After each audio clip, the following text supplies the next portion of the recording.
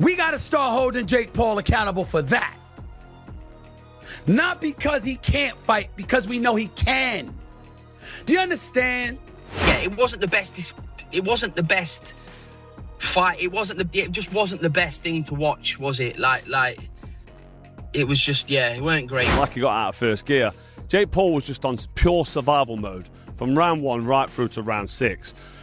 I don't know if he's got a moral victory going 6 rounds. Maybe he has. People might give him credit for going 6 rounds. But he got in there and just survived. He just went in there and ran like a chicken from round 1 right through to round 6 when he got splattered. Stephen A. Smith absolutely mocks Jake Paul after his brutal knockout defeat to Anthony Joshua. Smith crushes the idea that a YouTube kid surviving 6 rounds deserves applause. He reminds everyone Jake is not just a content creator anymore, but a professional boxer trained in real camps by professional coaches for years.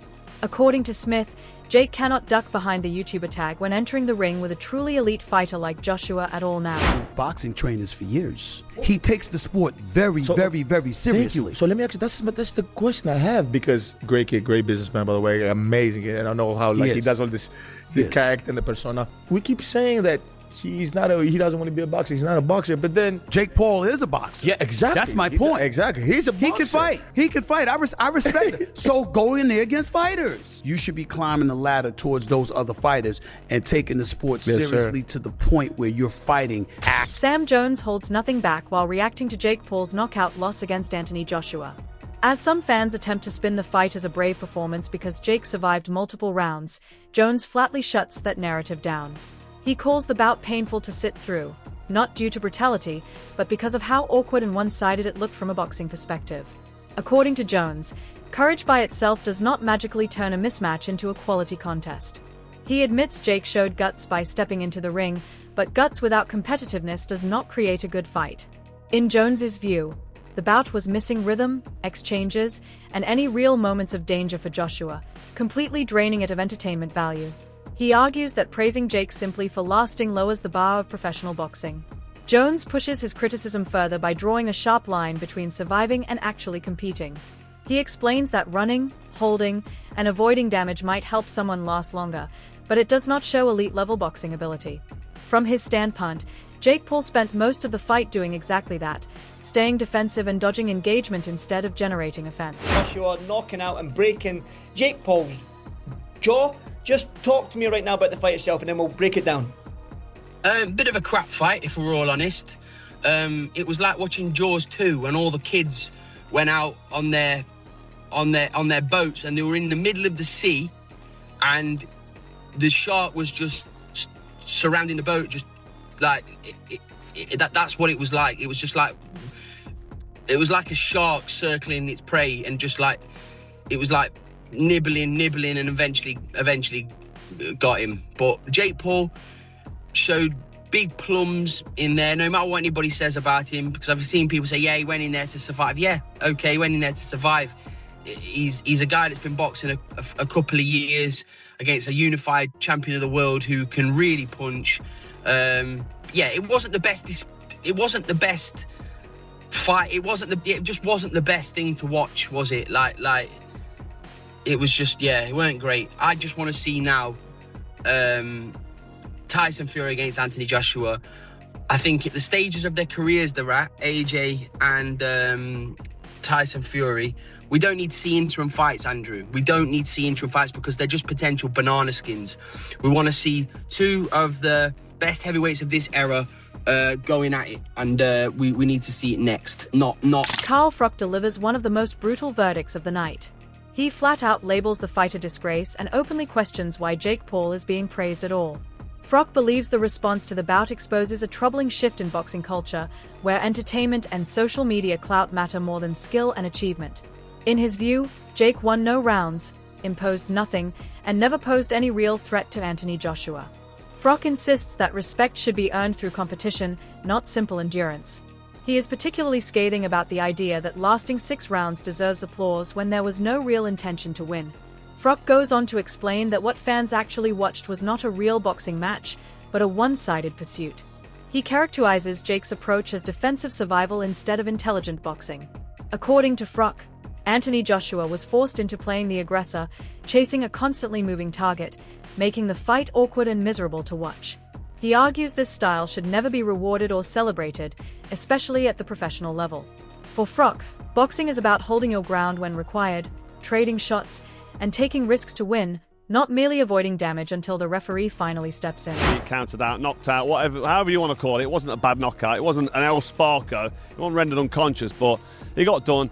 He got it on the chin. He went over. He didn't beat the count. He was sort of up on his feet. But if I'm honest, the whole fight was terrible, wasn't it? It was just so bad. It was just shit, wasn't it? A proper bad fight for AJ. And let me start with AJ. AJ was following him around the ring a little bit, sort of pouring with the jab, putting the jab on the shoulder of Jake Paul, sort of putting him in the corner, not really pulling the trigger on the right hand. He didn't seem to be motivated to go in there and just smash Jake Paul into oblivion in the first 1 or 2 rounds, which I think he could have done. But he's been out the ring 15 months, a bit slow on his feet, a bit ring rust maybe, and it's hard. When I used to spar novice amateurs, even when I was a world champion pro, if you're not motivated, sometimes you can have a couple of bad rounds and you're sort of looking at your opponent and a jab hits you or right hand hits you.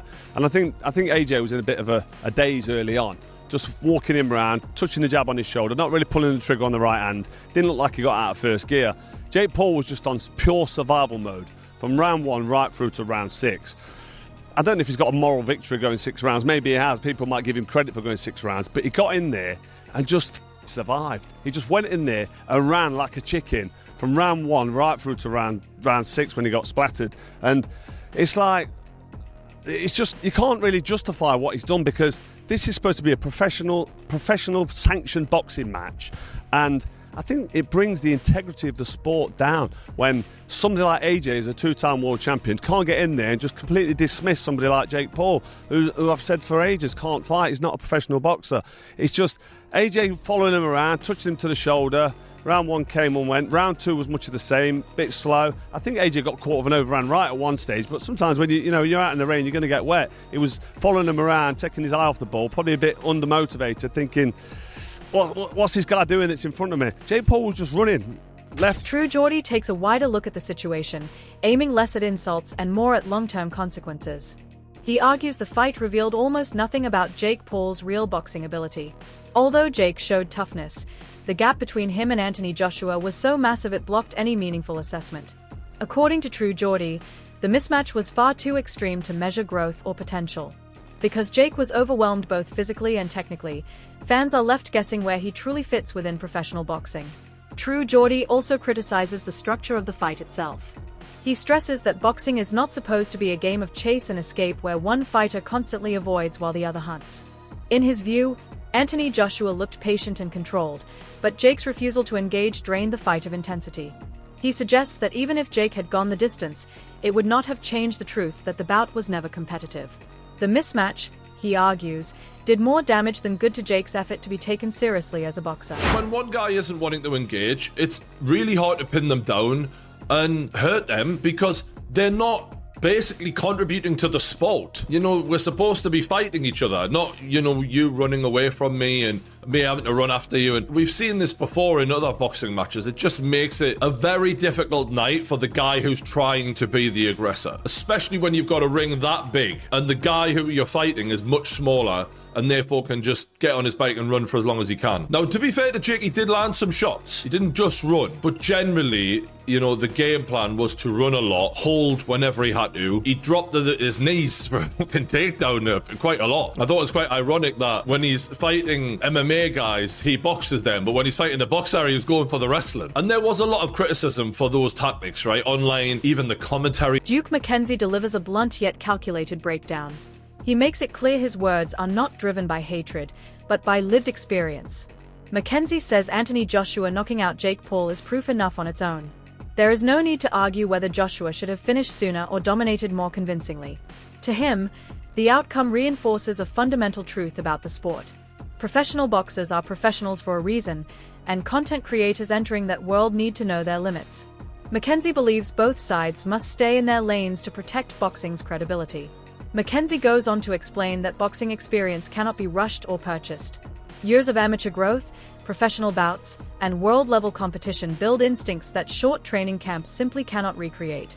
While Jake Paul has invested heavily in coaching and preparation, McKenzie argues this will never replace decades of real competition.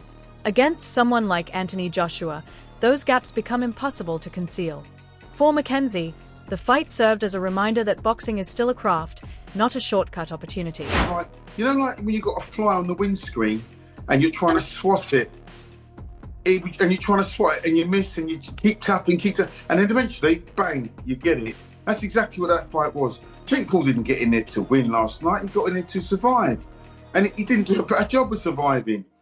He sold the fight brilliantly. That's what he is. He's a salesman. And he's a YouTuber, influencer, call him whatever you want. So from that perspective, he did his job, but he never got in there to win. He just got in there to got beat up. I'm glad Anthony Joshua done a number on him.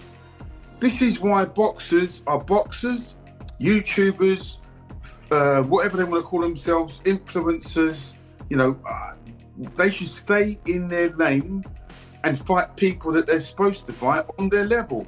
This guy was never on Anthony Joshua's level, and Joshua did what he needed to do, did what he had to do for the sake of boxing, and blow this guy up and just knock him out.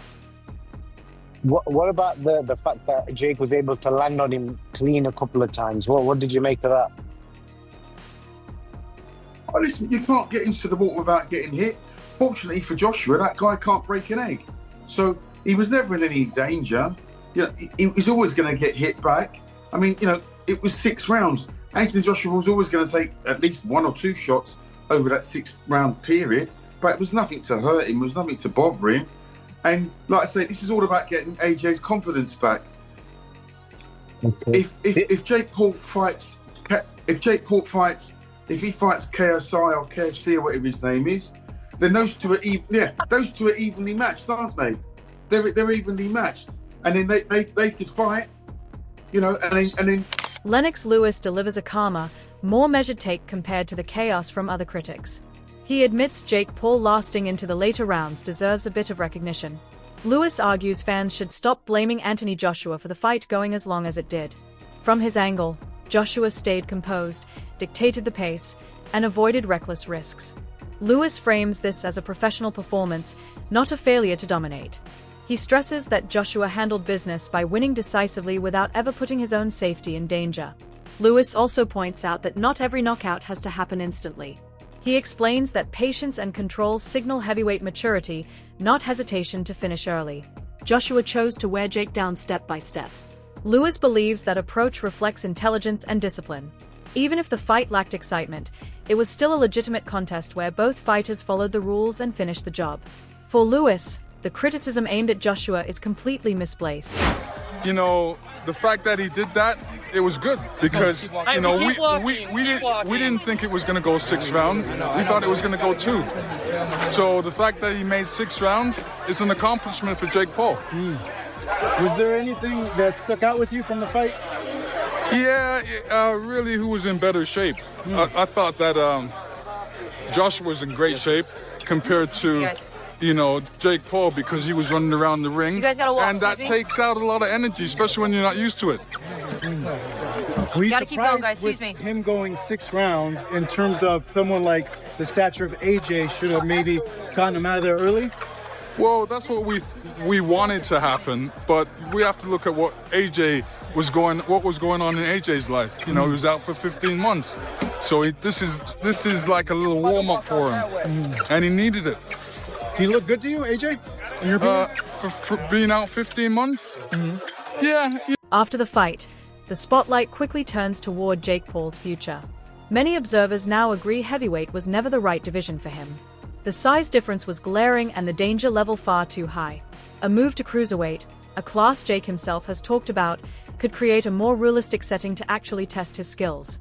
Facing opponents closer to his natural size would lead to fairer matchups and a clearer read on his development. If Jake truly wants real respect in boxing, critics say opponent choice becomes everything. Fighting the right contenders in the proper weight class would finally give meaningful answers about his ability. Carefully selected cruiserweight bouts could reveal whether Jake is becoming a legitimate boxer or just surviving on toughness and marketing. Without that move, arguments about his true level will drag on endlessly. Kind of effort he gave. Now, I know it's not easy to fight a guy that's running away from you, and Jake Paul made a ring bigger. It was 22 by 22 as it's opposed to huge ring. When I was looking at it, I'm like, holy shit, this ring's massive. I had said before the fight, I tweeted, I said it was like a soccer field that they were, fighting in, right? Yeah. And it's not easy to do that, but he just looked poor in there, and like he didn't really care. And you're being paid that much money, and people are, I looked at tickets today just to see on their ticket map how many tickets were left and what it was like, and there was tickets being sold for $3,500. And then this is the kind of performance, if you're AJ, that you give when you're being paid $35 million and people are paying that much money to get in. I thought that was, the whole show was awful. Netflix ought to be embarrassed for putting that on, but that main event was just wow bad. What was your reaction when you saw Jake Paul's game plan, which was to kind of clinch up with AJ, but then he kept doing this weird thing. It was almost half a takedown where he would dive at his legs, right? He'd end up on the ground, and the referee just let it go on for the whole fight until he started getting hurt a little bit, and then he counted him as knockdowns. It was wild. Yeah, I thought Christopher Young officiated a terrible fight. I thought the only thing that he really did good in the fight was when he said the fans aren't paying to watch this crap, right? Yes. Because he was right about that. But when, I thought he should have been warning Jake a lot during the fight, right? Jake's holding, Jake's grabbing the legs. I mean, Jake was flinging himself down, a number of times. And even that low blow, I don't want to say it wasn't a low blow, that because we couldn't tell where that knee went, but certainly there was. Ariel Helwani delivers a surprisingly respectful take that mixes criticism with genuine concern. He says Jake Paul has earned his respect for repeatedly stepping into dangerous situations. However, Helwani also stresses that Anthony Joshua had to be cautious in a fight like this if Jake had suffered a more serious injury. The fallout would have been severe, both physically and for the sport's public image. Helwani argues that when established champions step in with crossover fighters, there is an extra responsibility to prioritize safety. And I thought that was getting to him a little bit. Do I think he was playing with his food? No, there were a couple times where he was going to the body, and I was like, why aren't you going to the head? Why? Like, the head is open. Upstairs is open. And I was surprised that he wasn't going there. But, any of this nonsense, script, bullshit. Like, if you subscribe to that notion, you're an absolute idiot. You're an absolute idiot. There is no reason for, first of all, you go to jail. Why would Netflix, the biggest streaming platform in the world, partake in anything like that? Just use your brain. And MVP, too much to lose. You go to jail. Federal effing prison. AJ, like, for what? For what? He doesn't need it. He doesn't need more money. It's great, but to risk this? No, look at what's going on with the gambling. No way. There's no way. My respect for Jake has grown. I know people don't like to give him credit. You fight amateur, influencer, pro boxing. You have my respect. I don't care what kind of fighter you are. I don't care how many wins you have. You step through those ropes. You have my respect. He lasted 6 rounds. Most didn't think he would. I think the line as far as how many rounds was 2.5. So clearly most people thought he would be out of there around that point. And I think a lot of people were going with the under. He had some moments. He had the antics. Obviously the takedowns and all that weren't great. But golly, I think he was tired. The ring was bigger, and everyone said that was going to benefit him, the 22x22 ring. But, cardio has been an issue for him. And so when you're circling and dancing, you're going to get tired. You're going to gas out. And I think that happened. Arms were down, and he was getting pinned. He was getting cornered, and he was getting, AJ was doing a great job, I think, of not letting the fight. That's it for today's breakdown. Stay locked. We'll be back.